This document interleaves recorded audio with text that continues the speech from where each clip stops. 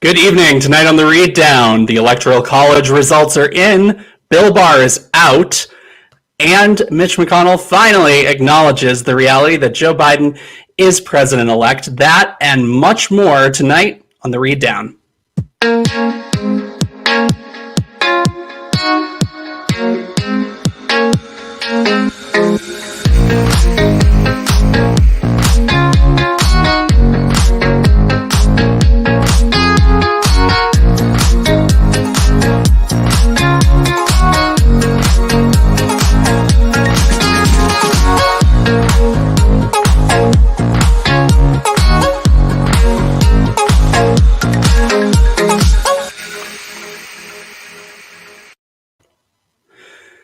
Welcome to the Read Down, your weekly progressive political hot take by the Stonewall Democratic Club. My name's Jonathan Welch. I'm your host and main moderator tonight. We have so much to get to, so I want to introduce my co-hosts. Let's bring in Ebony Murphy-Root. Happy Tuesday! Happy Tuesday. It's the best day of the week. Woo, I'll take it. So much happens on Tuesdays, including us being here. It's great. Alex Mohajer, who's looking down. Good evening. Hey, everybody. And tonight we have, good evening, welcome. And tonight we have a special guest. It's his birthday. It is his birthday, and we're very excited to welcome Kwame Simmons, who is the head of Simmons Strategies. Kwame, happy birthday. Hello. Thank you. I'm happy to be here and excited. I feel like this is one of the best weeks for news, and we had a lot of late-breaking news today, and I'm excited to talk about. We're really happy to be here with all of you. We did. It's so great to have you. So thank you for joining us, and especially joining us on your special day. I know we were talking about this before, but it's really hard to make birthday plans during this pandemic year, so we are almost there. We've almost made it. So we're just happy to have you join us. First things first, let's talk about what yesterday was. So today is December 15th. Yesterday is December 14th. December 14th, every 4 years, is kind of a not very monumental day. It's very ceremonious, but it's not something that is usually on everybody's radar. It's the day that in state capitals all across the country, the electors gather in their state capitals to officially translate the popular vote in their state to the Electoral College and cast their votes for President of the United States. It's the official way that here in the US we elect our presidents. And of course, yesterday was a little bit frightening because we weren't sure what was going to happen in state capitals all across the country. But as it happened, with increased security in certain states, the electors got together and officially awarded 306 electoral votes to Joe Biden and Kamala Harris versus 232 to Donald Trump and Mike Pence, making Donald Trump and Mike Pence one-term wonders officially. It's a landslide. It's wonderful. Not just the 7 million popular votes, throughout the country, but it had to be determined state by state. So, it was an exciting day. How did you guys feel? Did you feel good about it? The Electoral College just is that thing that we have right now until we can get rid of it. But I will take it. I will take Joe and Kamala winning again, this time in the Electoral College. It was nice seeing all the folks who represented their states, Lori Lightfoot, Stacey Abrams, in their respective home states. So that was pretty cool to see. Yeah, there was something really kind of beautiful about the ceremony of everything and seeing these people that we've come to admire through the political process actually go in and cast their votes. Of course, probably the biggest celebrity elector in the whole thing is Ms. Hillary Rodham Clinton, an elector for the state of New York, along with her husband, former President Bill Clinton. We're both electors and got to go up to Albany. It was, as Alex put it, or maybe Alex, I'll just give it to you so that you can describe how you worded everything, because it got a retweet. Well, as a Hillary stan, and we have a surprise guest for the broadcast, everybody. Please welcome to the program none other than Hillary Rodham Clinton. Oh my God. That's where she sits. That's where she sits. So she's basically sitting on Ebony's lap. It's okay. I'm sure she'd be fine. And wouldn't you? And so here's the deal. Hillary Clinton, we are all stands on this broadcast. I don't know about you, Kwame, but we are, the rest of us, Hillary stands. So, this election is bittersweet for us, and we took it back. We took it back from Donald Trump, and it's been 4 years in the making, and it was like our life's work from November friggin' 10th of 2016 to now. And the Electoral College is not usually an event with a lot of fanfare. It's not usually like a media event, but there was so much noise about Donald Trump's all-out assault on our democracy and his attempts to circumvent our democracy that this now became a thing where we all were like, so what's going to happen on the Electoral College day? And I'll note, Hillary Clinton won the popular vote. First female major party nominee for president, won 3 million more votes than her male opponent, and ended up losing anyway in the Electoral College. And this time, Hillary Clinton, 2016 popular vote winner, got to go cast her Electoral College vote against Donald Trump, which I just think is such poetic justice. And I tweeted that. Hi, Hill. Hillary's disembodied. So I tweeted that. And none other than Secretary Clinton herself was agreeing with us today. She felt like it was pretty poetic too. And there's good old HRC throwing out for HRC Hill Dog, and I looking gleeful as ever as she makes Donald Trump a one-term president. And there was some poetry in that. And while we will never have her, we will always still be with her, still with her, still with her. Yeah. People's president.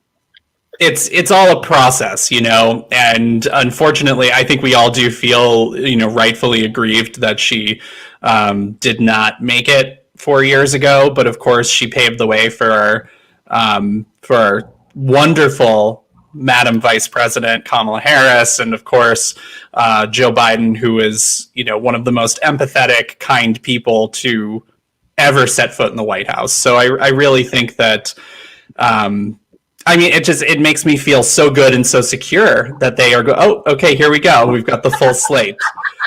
And Kwame is like, great, perfect. Right in the middle. There you go. Okay. And just to make the point, Alex, you took the words right out of my mouth. It's poetic justice. And in a country that was really founded on not being ceremonial, we don't have the same pomp and circumstance that they do have in the United Kingdom and in England surrounding their royal family. I know we're talking about the crown earlier.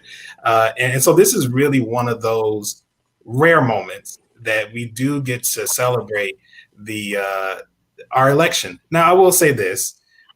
We felt like we've had 5 different election days at this point. It hasn't been one. It used to be like election night was it. Now I feel like we've had 6, 7 different election days. But we also need to be very careful, and we also need to be very mindful that the Electoral College has to go. It's antiquated. It has roots in slavery. It is absolutely not the way that we should be electing presidents in this country. Yeah, absolutely, Kwame.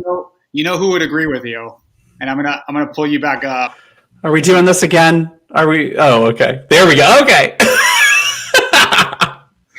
She absolutely does agree, and I think that that's one of the things that that she brought up. It unrightfully caused some controversy when she made comments that the Electoral College needed to go.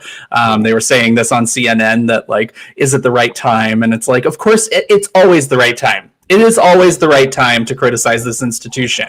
But I'm glad that you mentioned just how antiquated it is, but also that it fills us with a little bit of pomp and circumstance. It gives us this kind of ceremony around selecting the president. Of course, on the other side, the Republicans have been fighting this election state by state. They've lost 59 cases to just winning one small case in court since Election Day. And just turns out they don't care about states' rights at all. Look at that. I guess not. The whole time. Yep, especially when Texas decided that they were going to sue Georgia. I think it was Georgia, Pennsylvania, and Michigan because of how they held their elections. And the Supreme Court opted not to even hear the case, with two justices saying we probably should hear the case, but in so many words, this particular case is kind of garbage, so we're not going to. So with all of those legal challenges, we had a number of security issues around the Electoral College. The electors in Arizona had to go to a nondescript location in order to hold their meeting. In Michigan and Wisconsin, the electors were brought through like a back door so that people who are outside protesting weren't going to cause any kind of violence. And in Michigan, Republican electors showed up to the state capitol and demanded to be let in because they were electors.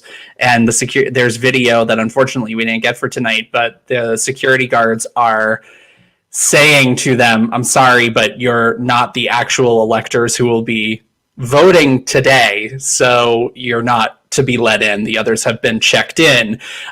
This departure from reality when it comes to the Electoral College, where exactly do we go from here? I'm going to open it up to whoever wants to answer that. I could start. I think, it is going to be very difficult for us as a country to move a constitutional amendment, especially in the partisan environment that we're in, given the huge hurdle that we have to jump in order to ensure that we can amend the Constitution to get rid of the Electoral College. Now, there is a movement of a few states that are saying, hey, whoever wins the popular vote, we are going to have all of our electors cast their vote for that person, regardless of how our state voted. I don't even see that particularly passing enough legislatures across the country, especially given the fact that Democrats did not take any state legislatures in 2020 and actually lost ground in a few states in this year. So it's going to be an uphill battle to get rid of the Electoral College. I think that we're also going to have to make sure we're shoring up the institution and the leaders of those institutions. I know we're going to talk about Bill Barr soon. We're going to have to make sure that the folks who are leading in our institutions are have the right mindset about what it means to live in a democracy. Yeah, and on top of that, I think there's, even beyond what the Electoral College means, I think that this idea that the opposition party right now is, or what will become the opposition party, at least from the White House standpoint and from the House, is kind of living in an alternate reality. We had 126 members of the House of Representatives sign an amicus brief last week in order to potentially overturn the election. So, on top of the system being in place and, for this time around, the system actually helped us and worked in our favor. On the broader scale, there were injustices on more of a micro level. But, now we have this issue where we're basically seeing that the Republican Party will do anything to stay in power. Does any of this change? How bad are they going to get? Look, can I just say, Kwame makes a really good point about the constitutional amendment for the Electoral College. It's something that's extremely unlikely to ever happen in our lifetimes. The popular vote interstate compact is more doable. And it's still far-fetched, but it's much more doable. And what it is basically saying is we get enough states and their state legislatures to sign on to commit to giving the state's popular vote winner, all of their the country's popular vote winner, all of that state's electoral college votes. And if enough state legislatures sign on to equal the 270 electoral college votes, then we could do it. Can it happen? Yes. Is it likely to happen? If you elect Democrats to your state legislatures, a bunch of Democratic states have already signed on to the interstate compact. But the Republican Party has shown us that they will stop at nothing. These 106 Republicans that signed on to this amicus brief, they should all resign from Congress. If you believe that Joe Biden was elected fraudulently, then you also believe that you were elected fraudulent because you were elected using the same votes that elected Joe Biden. Alternately, if you are making a bogus allegation of voter fraud because it suits you politically, then you have no business serving in Congress and you should resign because you are openly circumventing democracy. One or the other is true, and in both instances, you got to resign. All 106 of you. Shameful, shameful. A shame, a pox on all your houses. It's so shameful. And just because this attempted coup didn't work out for Donald Trump, just because our democratic system's held, doesn't mean that it paves the way for something very troubling in the future, in the event that it is closer than it is now, in the event that we don't have a Democratic majority in the House. If all of these domino pieces had lined up correctly, we could be in a different place right now.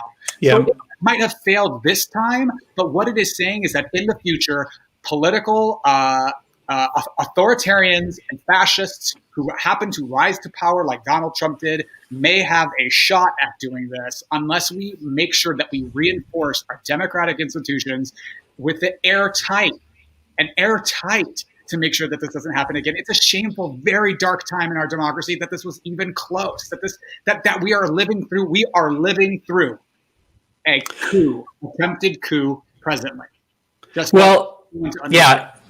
An attempted coup is still a coup, whether it fails or not, it's still happening in real time. And there is the possibility, I'm going to kick this over to Ebony with this question, that Nancy Pelosi could opt to not seat these 126 members, including Kevin McCarthy, or 106 members plus the 20 AGs. She can't do anything about the AGs, but the members in the House, including Kevin McCarthy, who would like to be Speaker of the House if Republicans gain a majority in 2022, should we go down that road and not seat these members? Ooh, you gave me the tough one. Well, we know that Big Nance really cares about civility and all of that good stuff working across the aisle. And so I don't think that she will seek to punish them in any large sense, but I do think she should do at least something to let folks know that she does not approve of their behavior. But I don't think she's going to punish them in any sort of grand way. I keep hearing that the issue is that Americans lack civic education, but that's not the case. I saw that Wisconsin Representative Bill Feehan, I think his name was, just talking wildly to Malcolm Kenyatta of the Pennsylvania area of Philly, I think. And it's not a lack of civic education. It's that they're willing to be seditious and treasonous when they lose, right? That 3/5 compromise that we know enshrines is enshrined in the Electoral College was never meant to allow folks who look like me, folks women, people of color, the marginalized to vote. And now that we know that it was the votes of the marginalized who put Biden and Harris over the top, they're like, oh, no. Wait, that's not the way it's supposed to work. We're willing to go against the rules. So I hope that Nancy does something, but I can't imagine that she's really going to break her elder stateswoman status to punish these folks. I wish she would, though. Yeah, and I think also in 2012 there was an autopsy after Mitt Romney lost to President Obama, and the conclusion was the Republican Party needed to be more inclusive. It needed to bring in more people who looked like America, and that was the road they needed to go down. But then came Trump, so of course ultimately that was all thrown out the window, and now they've embraced this and they've gone down this this road of being, like you said, seditious and basically fascist. I'm wondering, if they're going to get worse and what is going to happen in terms of the next election, and what they're going to do in the next 2 years. Let me just say now that they're going to go full scorched earth. We've already seen what they're willing to do. There is no low. They're going to dredge up the depths of everyone with an inkling of white nationalism to vote for them. And it's coming. So we need to be ready. Well, you do have Representative Paul Mitchell, who is leaving his seat in Congress. He is a Michigan Republican. He opted not to run again. Plus, there was another representative, Denver's his first name, and I forget his last name, but he's from Pennsylvania, and he has also decided to leave, Denver Riggleman, and he's decided to leave the party. They're leaving this party behind, but they're also leaving Congress. Do we think that that's going to set an example? Do we think that other people are going to maybe jump ship because they're seeing what their party's up to? No. Of course not. Jeff Flake. It's another Jeff Flake. You wimps. You want to stand up to your party? Why don't you do it? Mitt Romney is the only one who has a modicum of a backbone anymore in this Republican Party. I actually respect the guy for his singular impeachment, but at least he stood up a little bit. At least he stands up against what's clear, blatant, just authoritarianism in this electoral college business. I mean, and let me pull up. Can I just invite? Hi, Nance.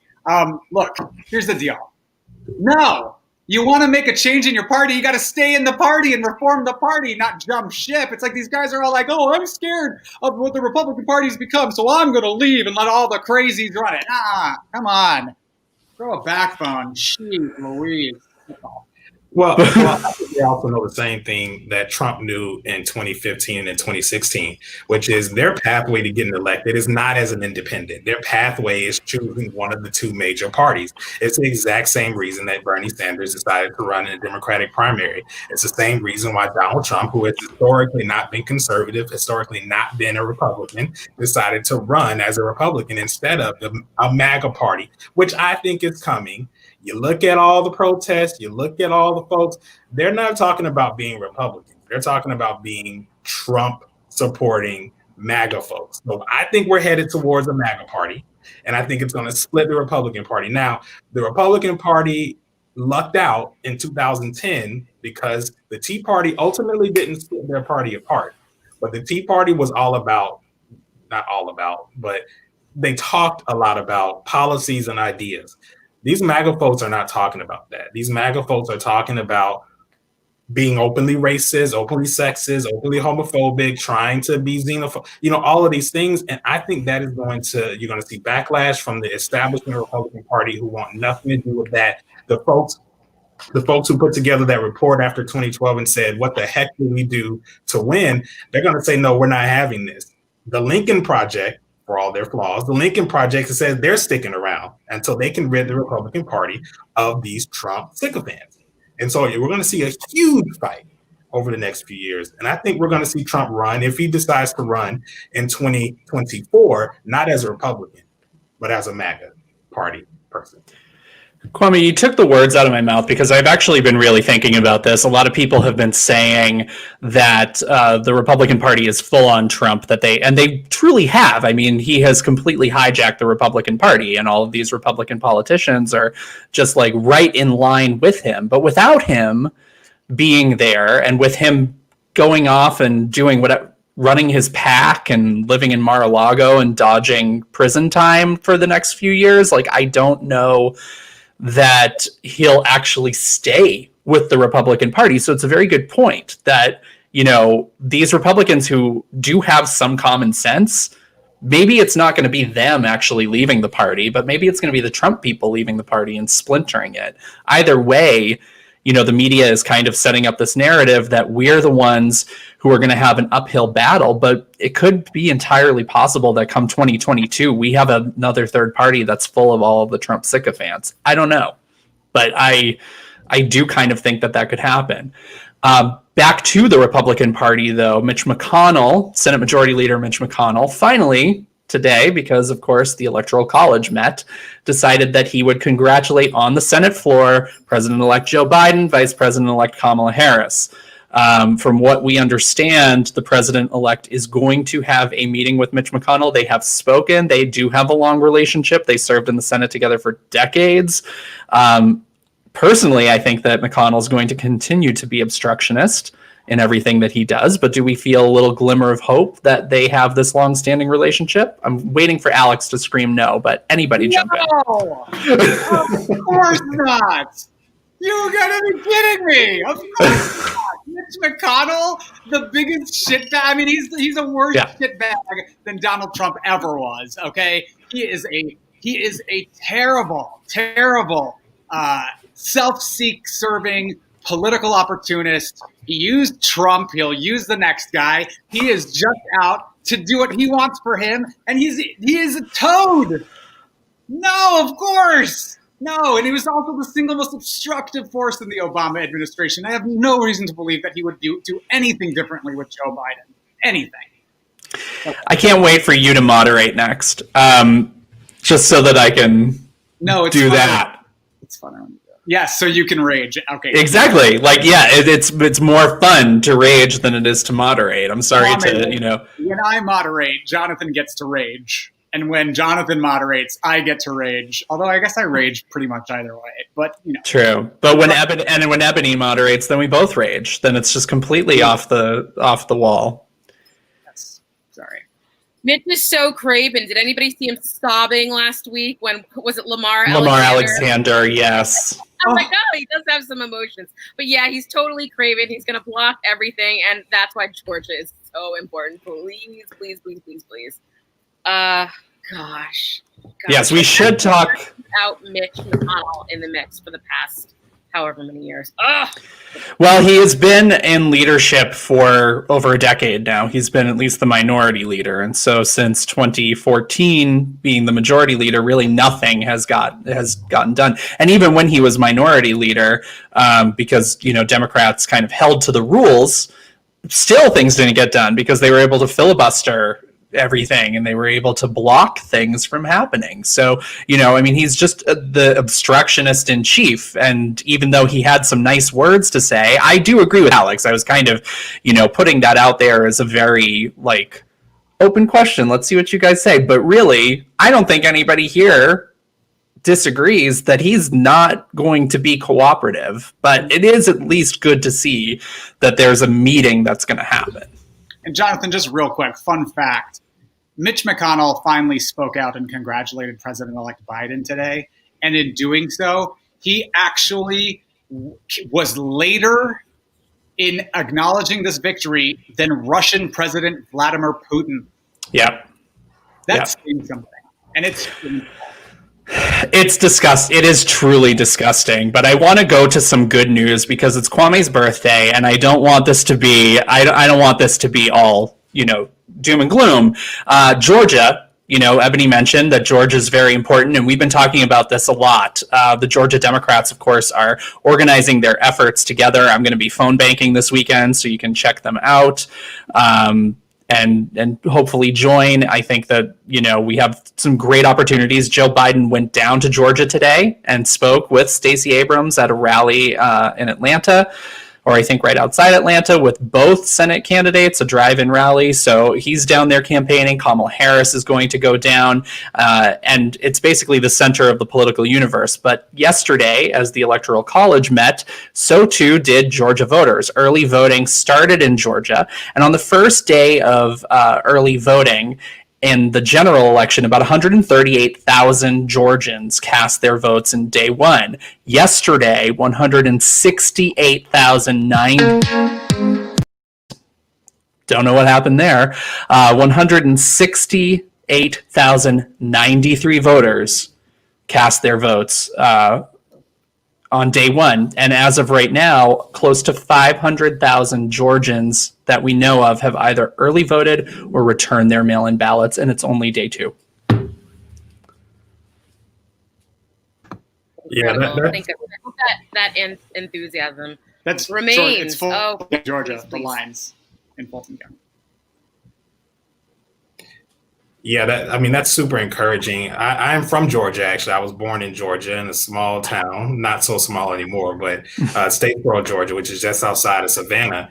And I have family all across Georgia, and I know the importance to them in making sure that we win both of these Senate seats and that we have a government that is actually looking out for working class and middle class people and not corporations. All you have to do is look at this shameful COVID bill that the Republican caucus is putting out there to know that they don't have our back. They don't care about making sure that working class people can make it through this, while at the same time billionaires are increasing their wealth at an alarming rate in the middle of a pandemic. And so these races are really important. And Georgia is special because a lot of times when people talk about the Black vote, there is an assumption that the Black vote is largely urban.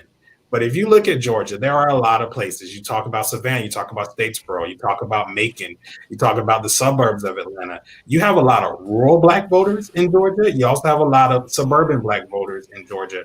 And I can tell you one thing, the rural Black voters in Georgia, they want to know how you're going to make a tangible difference in their lives. And so I think having Joe Biden go down there is a big deal. It's a good thing. But these candidates, and I'm sure they know this, because they have good counsel in Stacey Abrams, who ran an amazing campaign for governor 2 years ago. But they really have to go to those areas and talk to them about paving their roads, about making sure their street lights are on, about making sure that they have transportation that allows them to get where they need to go. I hope we talk about Mayor Pete.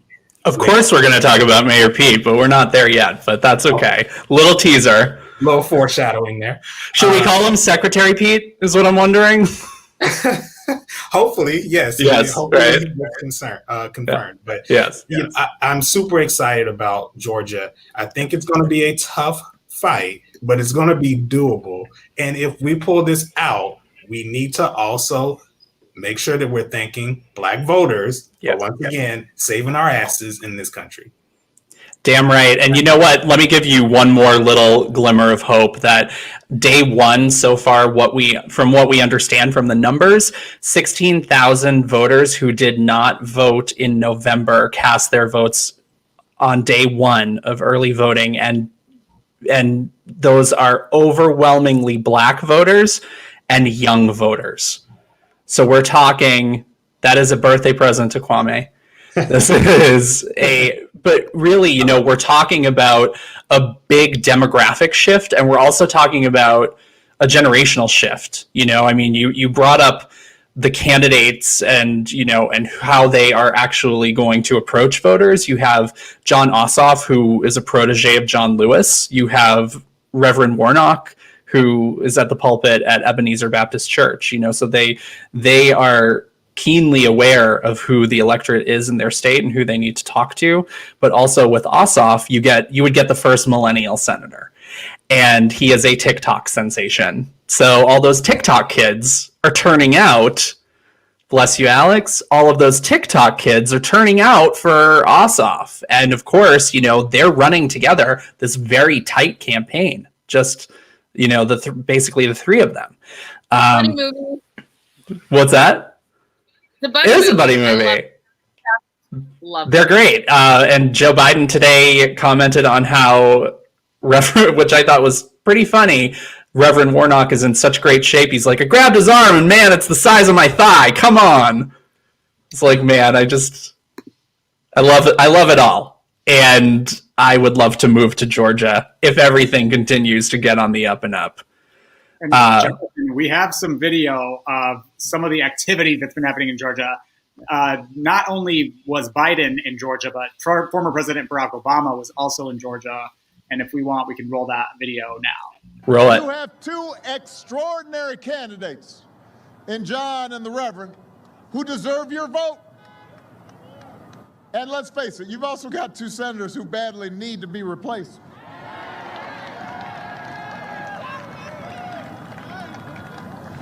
Look, I served in the Senate.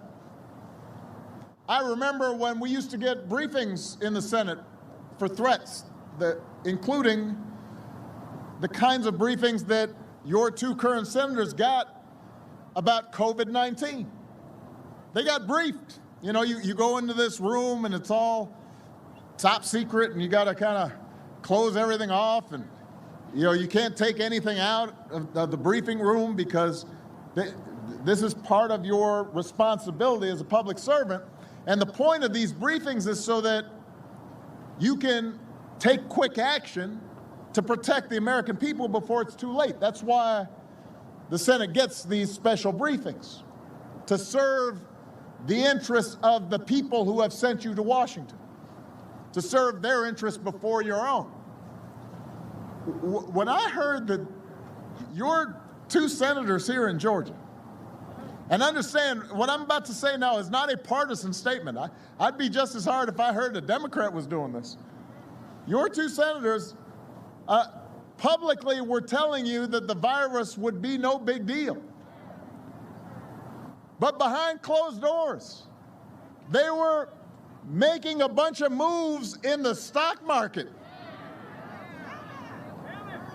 to try to make sure their portfolios were protected instead of making sure you were protected. Man, that's shady.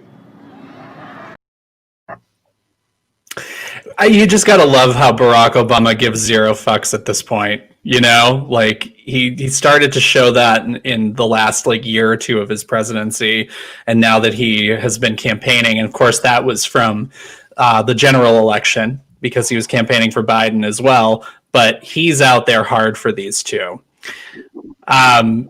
As Dahlia says, let's just hope politicians remember to redistribute resources to Black communities. Yes, and I think that comes down to also the people that we elect. We have to elect the right people in order for them to do the right thing. And happy birthday, Kwame. We're just gonna keep that party going. That's cool with me. If I could say one more thing about Georgia, please do. Really interesting that the Republicans are at open warfare with each other in Georgia, and I don't know if that's going to create an opening for the Democrats to say, you know, this isn't about partisan politics. This is about how we can make a difference in your lives, from healthcare to the COVID stimulus to economic opportunity and all those things. You have both Republican senators at open war with the Secretary of State in Georgia and the people who are running the elections. And we talked about Mitch McConnell earlier. One thing that Mitch McConnell understands very well is that you just can't focus on the top of the ticket races, not just president, not just Senate. He understands how you make an institutional change and how that institutional change is actually going to outlast any of us. It's going to be here for generations. His sole mission is to ensure that there is a conservative country from here until our kids and their kids and the kids and their kids' kids have this country. We have to focus on legislature races. Yes, we have to also focus on local races. We have to figure out who's running our elections, who's appointing them, are they elected? We have to focus on that. And I'll give you another one that a lot of folks and progressives don't really focus on. Board of trustees for a lot of our colleges. That's a big deal. We have to ensure that we have the right people in the right places. And I think to the point that was made, we got to make sure that the resources are going to the communities that it needs to go to. And we can no longer do lip service to voters, especially Black voters, and say, hey, we're going to have your back, and then turn around. And 4 years later, we're looking at, well, we're still in the same situation we were in 4 years ago. Yeah, and you know, it's also about representation, right? So we look at the United States Senate right now. You take a look at that as a body, and it's overwhelmingly white. It's overwhelmingly male. We're about to lose the only Black woman to represent any state in the United States Senate, and she's only the second Black woman to ever be elected to the Senate. Ever. History of America. Ever. Carol Moseley Braun, and then Kamala Harris. I had a little pipe dream that Chris Coons would be selected as Secretary of State, and then Lisa Blunt Rochester who is the at-large Congresswoman from Delaware, would end up being appointed to that Senate seat, and we would, you know, see a little bit more full-bodied representation. So, of course, we have this opportunity here in California, and there is a movement to basically hold the seat for Black women. And there are a number of Black women who would be excellent in that seat. Some of them are in the House. We can't afford to lose any seats in the House. Who do you guys think should fill Kamala Harris's seat? We have talked about this before, but I love the evolution of the story behind it, and I want to see what you guys think. Well, I did go to the Keep the Seat rally today in downtown LA. I had to think a lot about this because I thought that Robert Garcia, originally my mayor, would be great in that seat. And I still think that there's a place for him somewhere in the administration if he would like that. However, I've listened to the arguments, and I do feel like, you know, Barbara Lee in that seat, or Karen Bass, if she'd like it, would both be wonderful senators. I wonder if either of those women want that seat. I wonder if maybe they like the Senate more. Representation matters, but also the fact that these are two progressive women in California. We need tough senators in those seats, and those two women are both tough, and they're going to speak for all Californians, not just women, not just Black folks, all of us. That is what Black women do. They lift the boat for everybody. And so, yes, I am for keeping the seat with Congresswoman Bass or Congresswoman Lee. I love both of those women. You're right, Ebony, they are tough as nails. They're progressive. We see Michael states that you are third on the list of Governor Newsom's list, so that's good.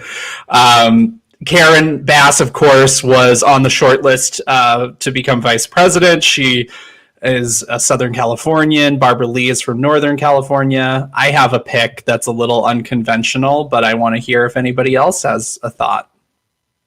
Shall I? I think it's San Francisco Mayor London Breed. There we go, Alex. She could be in the Senate for 50 years. She totally is.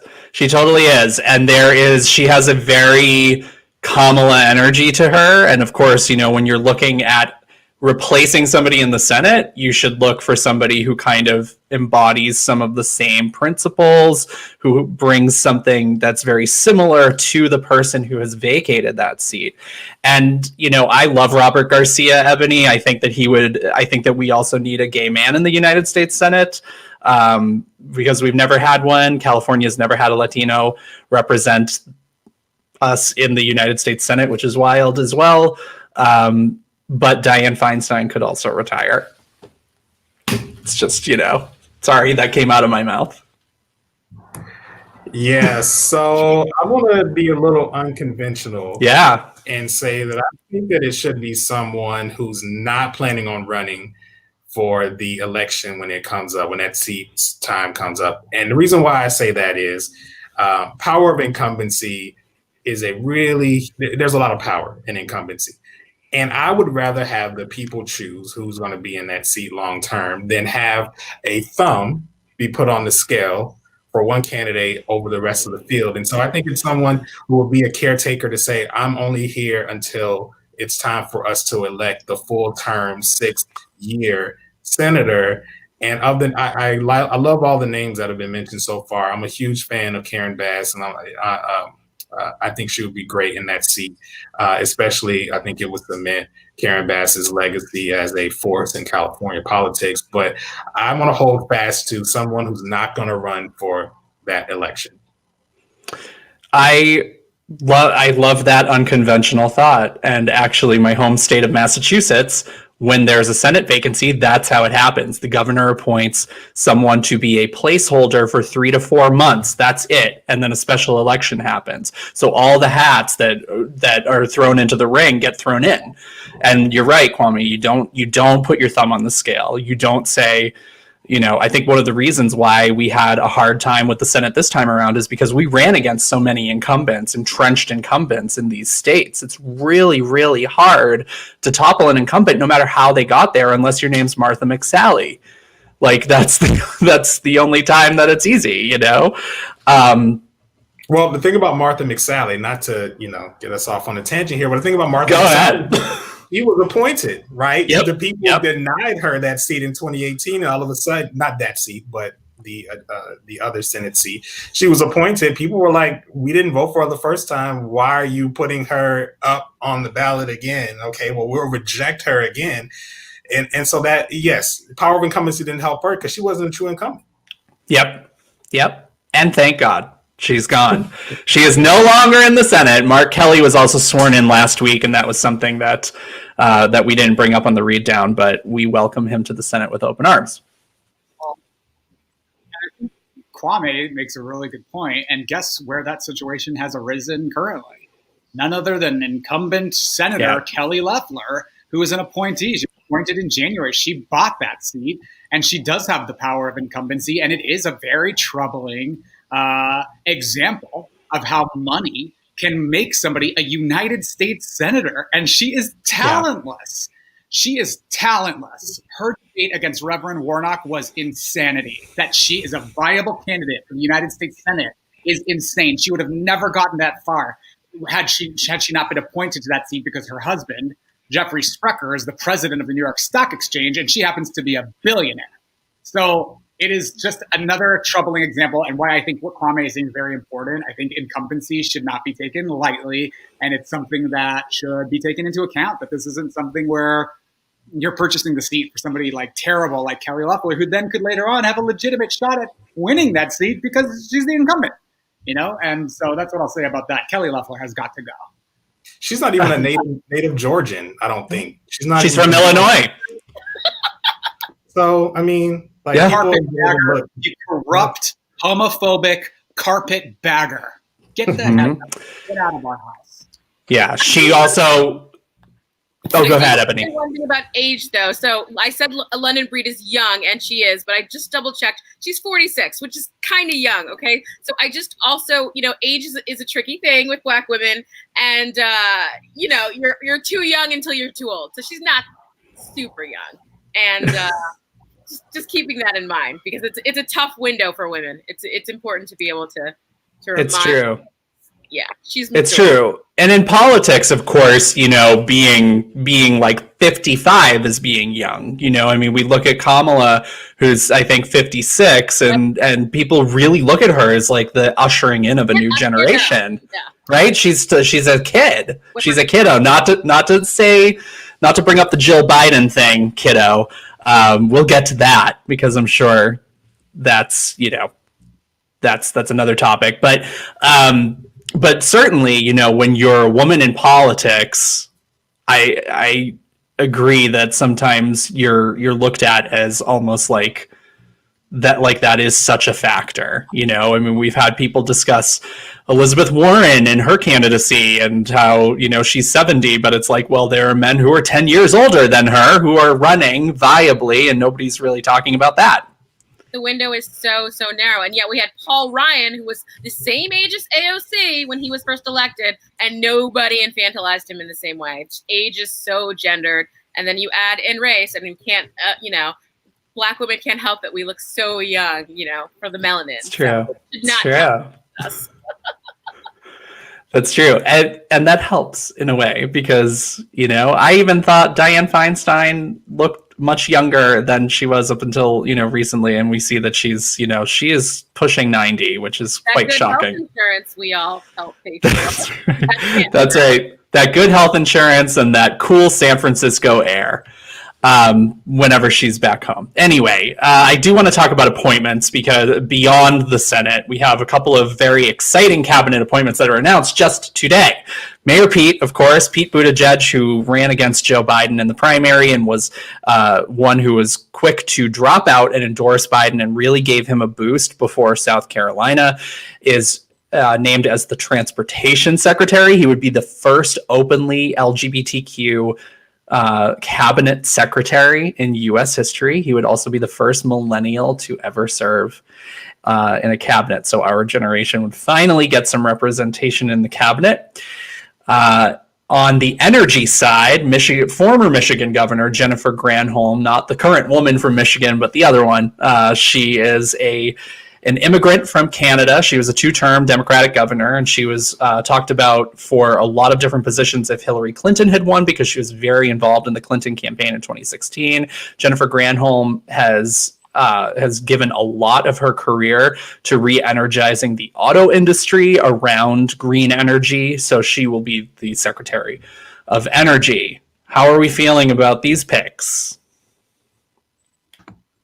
I like them. I like Mayor Pete a lot, and I think he has a really great opportunity, if he does get confirmed as a Secretary of Transportation, to really prioritize racial equity in transportation across the country. Maybe he needs to make sure that any grants that are going out from the federal government have a racial equity piece to them, or at least explaining how this project is going to ensure that there's access for all. And so I think he has a really good opportunity, especially to help mend some of the ties and some of the harm that the Black community feels that he has been a part of over his tenure as mayor. So excited for it, historic. As far as Jennifer Granholm, I'm a big fan. I think it also signals the fact that a Biden administration is going to go hard on climate change. And they're going to go hard on ensuring that we have vehicles that are meeting emission standards and that we're cutting our carbon footprint.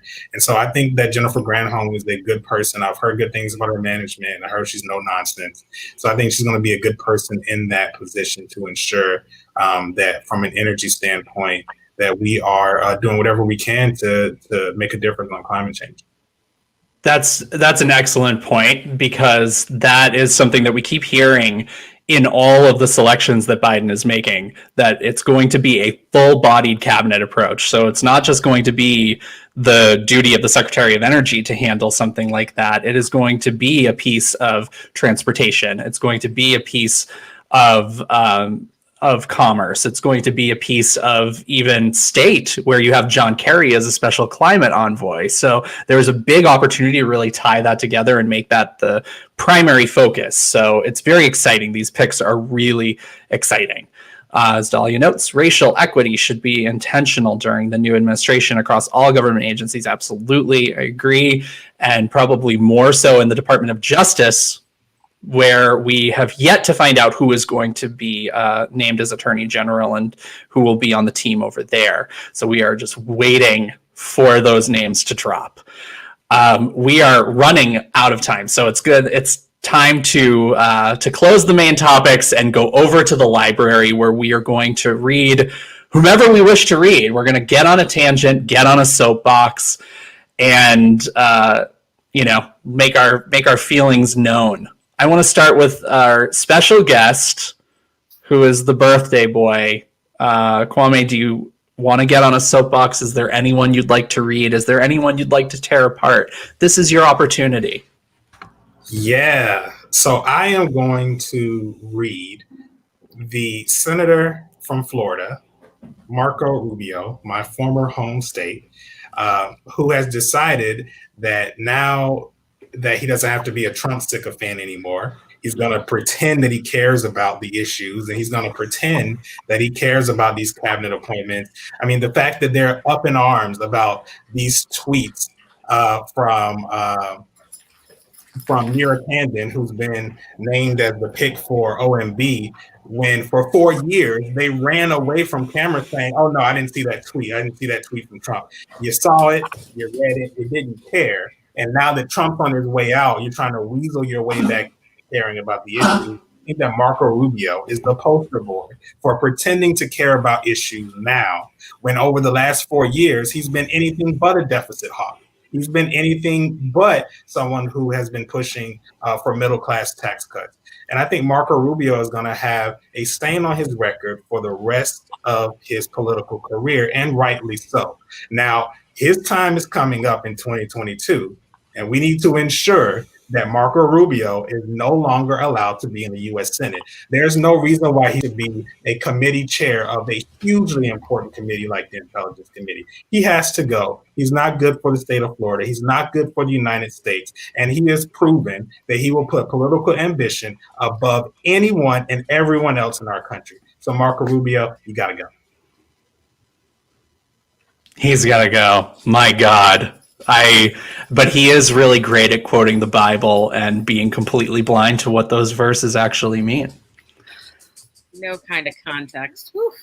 He's just the worst. So I totally agree, Kwame. We need to send him packing. We need to do a lot of work in Florida in order to turn things around down there, because that is a tough state.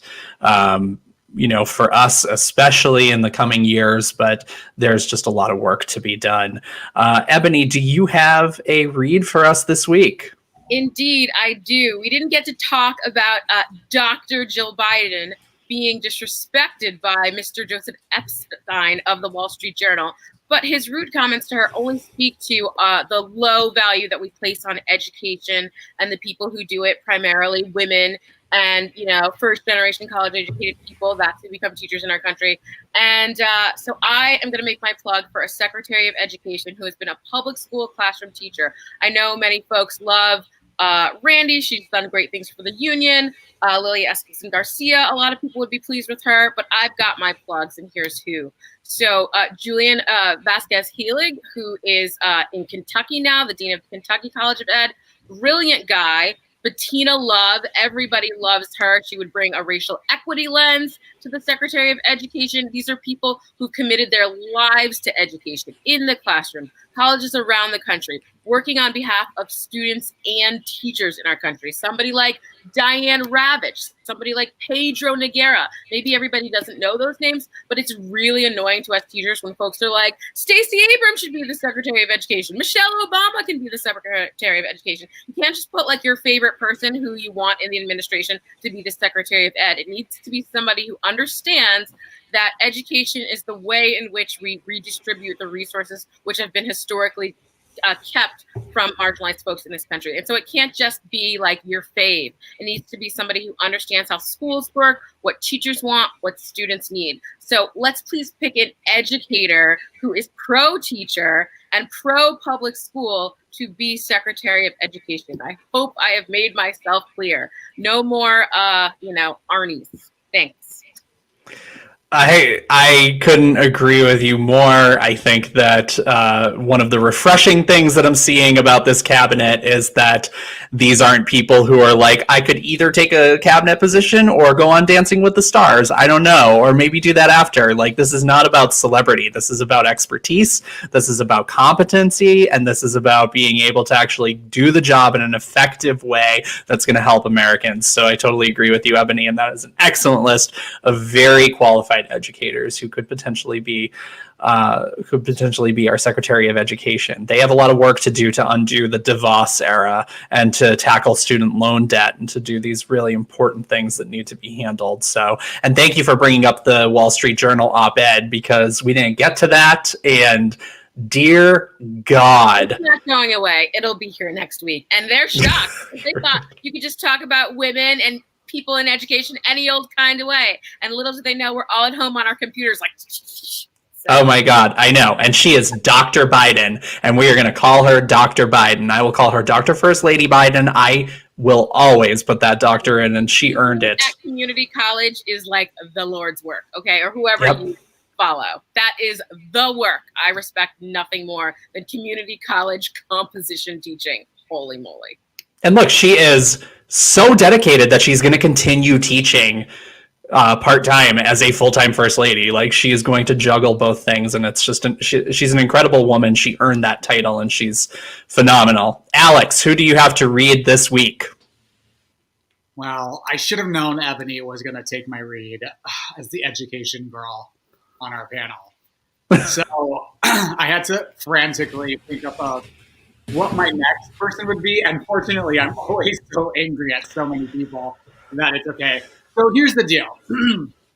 My read this week is for people who donate to Donald Trump or his cronies. I'm not even mad at Donald Trump anymore. I'm mad at the ineptitude of the people that are donating money to Donald Trump and his fundraising apparatus, which, by the way, since November 3rd has raised more than, this is not a misspeak, more than $200 million, claiming to want to defend the election, claiming to want to protect the Georgia election, claiming that he's going to put that money into Georgia, into the 2 Senate Republican races there. And people are giving so much money. And it turns out that he created a new PAC that will serve only his own future political ambitions. And by that, I mean pay his legal debts and the debt that he owes, the nearly billions of dollars in debt that he owes to foreign banks. You know, that's what his future campaign is to pay off his own debt, okay? And he's taken that money and he's saying he's donating it to Georgia. And it turns out not even a fraction of a percentage point of people's donations are going to those Georgia races or to defend the election in these lawsuits that he brought. Literally just going into his pocket. You are personally enriching a crook who has conned you, and you lack such an ability to think judiciously for yourself. You've so idolized this con man that you are enabling this entire massive grift operation, the grifter in chief, a crook and a criminal. And I can't wait till he's gone. And I can't wait till we have some semblance of normalcy in the White House. And Pete Buttigieg, gay man, is in a position of power in the United States. What up now? Biden's your president now, you goon. Oh my God, I really need to use that line constantly. So thank you for bringing that up again. You did. You're right. Joe Biden's your president now, you fucking goons. That's Biden's America now. That's right. This is Biden's America now. Pizza. But yeah, I couldn't agree with you more, and I also think that the incoming Attorney General Doug Jones, maybe Tish James, that's a little Tish, wouldn't she be great as U.S. Attorney General? But she has a lot of work to do, and I think that we can take bets on whoever that's going to be for next week, and maybe we'll find out by that time. But whoever that person is going to have their hands full, because there is a lot of insidious activity that has been going on in the Trump administration, and this is only one more continuation of that grift. So I don't want to take up too much time, but I have a very quick read, and it's kind of going to be a little bit of a controversial one because I was incredibly proud when we launched our National Vote at Home initiative. Alex and I worked really hard with our communications team at Stonewall to take on that project over the summer. And our very first celebrity who did a video for us was Deborah Messing. And I was incredibly disappointed to see that Deborah on her Twitter made a homophobic joke about Donald Trump being, and I quote, the most popular boyfriend in prison. It is impossibly hard being a gay person, being a queer person in the United States. And when I was growing up, 20 years ago, going through my own reckoning with my own sexuality, one of the things that kept me in the closet longer was this idea that gays and queer people in general are punchlines. It's just not appropriate. I've seen it on Twitter that there are so many jokes around the Proud Boys being, secretly gay. And then seeing this from someone who I really admire and think does really good work in the political sphere and whose heart is in the right place, coming out with a homophobic joke, it shows that we have a very long way to go. Being queer is not a punchline. Being queer is not funny. It's something that is very serious. It's who we are. It's our identities. And it's not something to be taken so lightly and tossed around. I want to see better from people like Deborah Messing. I want to see better from people who think that they're incredibly clever and liberal and progressive and that they support all these causes, but jump right on board when it comes time for a Mike Pence gay joke. It's just not funny. Being queer is not a joke. And we need to stop acting like it is. So I'd like to see better from all of these people. That's my read for the week. That's all I got to say. It's been a great episode. Thank you so much, and happy birthday to Kwame Torre Simmons. It has been so great to have you, Kwame. You're off. You're not on Twitter. You're off the grid. But how can we find you and stalk you from here on out and make your 30th year bright? That's a good question. So, you can find me on Facebook, and as long as, everything's above board, you can friend request me as on Facebook or Instagram. Perfect. We'll find you there. It's been so great to have you. Board, Kwame. Yeah, right. It's my birthday, and now that I'm 30, I have a different definition of what's above board. But that's another episode. That's the after dark episode of the Read Down. We'll do that. 7 for the after dark episode of the Read Down, where we ask Kwame what exactly he means by above board. What is below the belt? All this and more on the Read Down After Dark. Read Down After Dark. Just find us on Instagram Live. Maybe we'll make it a thing. I want to thank my co-hosts, Alex Mahajer and Ebony Murphy-Root. Thank you guys so much. We'll be here, of course, next week. You can catch us every week at 6 p.m. Pacific, 9 p.m. Eastern. This is a production of the Stonewall Democratic Club, and we hope that you'll check us out at stonewalldems.org. You can join the Stonewall Democratic Club for as little as $25 a year. Get in on the ground floor of how we are going to work to save democracy over the next 2 years and shore up that Democrats are going to win in offices all across the country. We hope that you'll join us again next week for the Read Down. Thank you and good night.